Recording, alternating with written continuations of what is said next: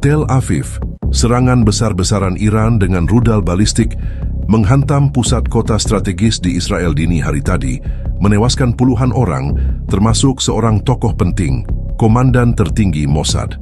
Militer Israel menyebut serangan ini sebagai salah satu momen tergelap dalam sejarah operasi intelijen mereka.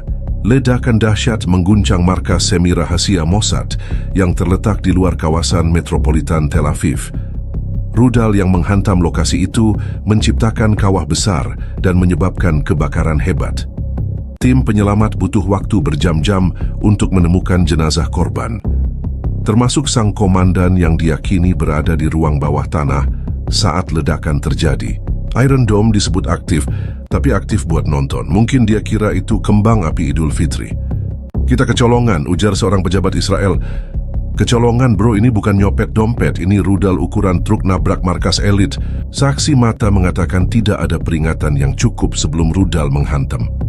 Sirene berbunyi, hanya beberapa detik sebelum ledakan. Mirip kayak alarm bangun pagi, cuma bikin panik tapi tetap telat. Iran belum memberikan pernyataan resmi, namun media pro pemerintah mereka merayakan keberhasilan operasi presisi jarak jauh. Pengamat menilai ini bukan lagi pesan simbolis, melainkan pukulan langsung ke jantung intelijen Israel. Sementara itu, netizen Israel ramai bertanya di X, dulu Twitter, apakah Mossad butuh VPN premium? Ada pula yang menulis, kalau yang tertinggi aja bisa kena, apalagi kita yang cuma jual shawarma di pinggir jalan. Pemerintah Israel kini dalam posisi defensif, dan tekanan dari publik semakin meningkat. Banyak yang mempertanyakan, bagaimana mungkin sistem pertahanan canggih dan intelijen sekelas Mossad bisa begitu mudah ditembus? Pemerintah Israel akhirnya mengonfirmasi identitas tokoh penting yang tewas dalam ledakan rudal Iran. Ia adalah Eli Gantz, komandan tertinggi Divisi Operasi Timur Tengah dari Badan Intelijen Mossad. Sosok ini disebut sebagai arsitek utama dari berbagai operasi rahasia di kawasan Arab, termasuk infiltrasi ke dalam jaringan pro-Iran. Kematian Eli Gantz bukan sekadar kehilangan satu orang. Ini kehilangan seluruh hard disk hidup Mossad. Ia menguasai peta operasi, agen lapangan, dan strategi jangka panjang Israel terhadap negara-negara seperti Suriah, Irak, hingga Iran sendiri. Ini seperti kalau kamu main catur, lalu raja kamu meledak di tengah game. Bukan skakmat, ini skak meledak. Bahkan beberapa agen senior Mossad dilaporkan langsung membakar dokumen dan berteriak, siapa yang bawa ponsel Cina ke markas? Kuat dugaan bahwa lokasi Eli Gantz berhasil dilacak melalui sinyal elektronik internal yang bocor. Mossad hingga kini belum merilis pernyataan mengenai kemungkinan adanya infiltrasi atau pengkhianatan dari dalam. Seorang sumber anonim menyebut, kami tidak tahu siapa yang membocorkan lokasinya, tapi yang jelas dia lebih efektif dari semua agen ganda yang pernah kami rekrut. Iran disebut melakukan serangan presisi, padahal Mossad selalu bangga jadi yang tak terlihat.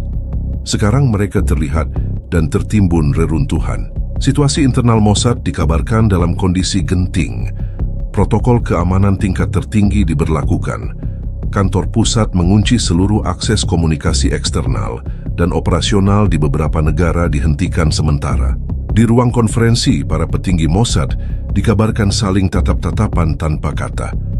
Mungkin karena satu-satunya orang yang tahu password server udah jadi abu. Sementara itu, meme bertebaran di media sosial Iran dengan caption, "Kamu tidak bisa menyembunyikan dirimu dari Tuhan atau dari satelit buatan kami." Pengamat menilai, jika benar ada kebocoran internal, ini bisa menjadi momen paling memalukan dalam sejarah Mossad modern. Bahkan bisa mengguncang kerja sama intelijen mereka dengan negara-negara barat.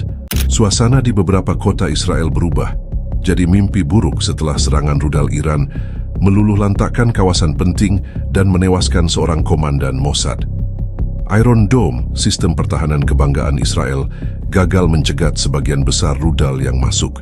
Hasilnya, kehancuran massal, kepanikan sipil, dan pemerintah yang tampak kehilangan kendali situasi.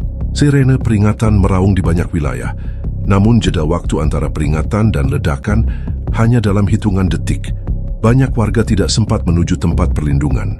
Rumah sakit dipenuhi korban luka, dan sebagian besar akses jalan ditutup karena reruntuhan dan kawah besar. Kami tak tahu harus kemana, ujar seorang warga di Beersheva. Kami hanya dengar suara seperti neraka membuka pintu.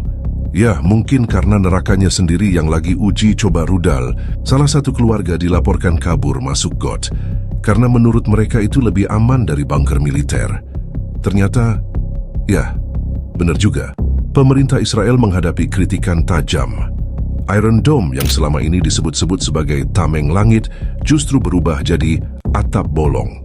Menteri Pertahanan hanya mengatakan bahwa serangan ini berbeda dari biasanya dan bahwa mereka sedang melakukan investigasi. Ini bukan kegagalan sistemik, katanya. Ya mungkin lebih cocok disebut bencana kosmik, karena cuma alien yang bisa paham kenapa rudal bisa masuk sebanyak itu. Warganet menyindir, Iron Dome kerja shift malam ya, soalnya pas pagi rudalnya lewat semua kayak penjaga gerbang tidur di warung. Banyak warga juga mengeluhkan minimnya kehadiran militer di lokasi-lokasi terdampak. Beberapa area harus mengandalkan relawan sipil untuk melakukan evakuasi darurat.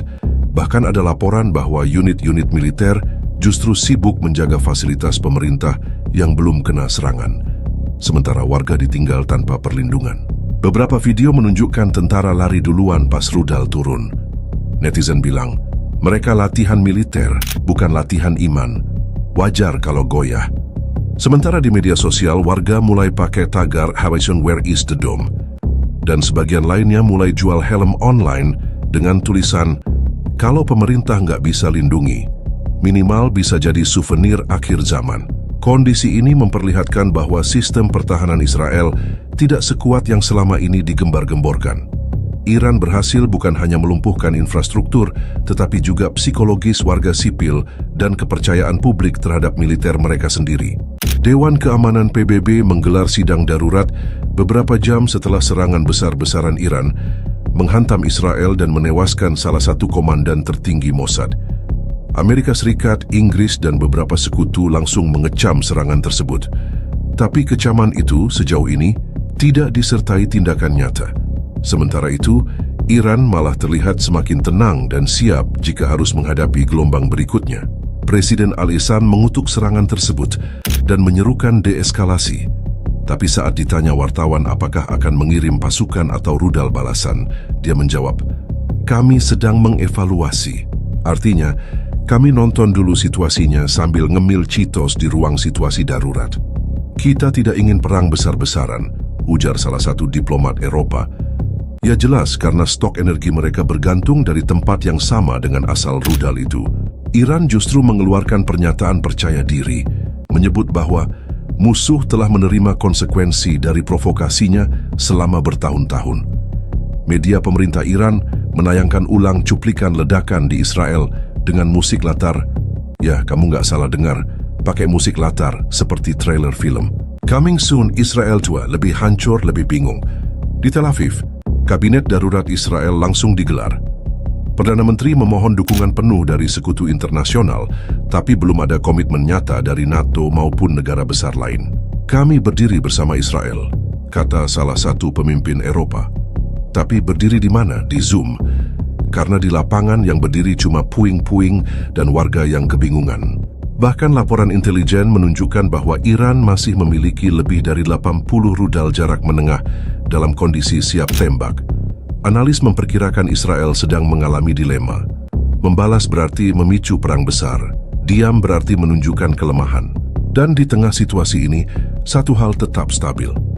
Para diplomat tetap makan biskuit mahal di konferensi pers sambil bilang, kami sangat prihatin. Kalau keprihatinan bisa dipakai nahan rudal, mungkin Israel udah aman sejak kemarin.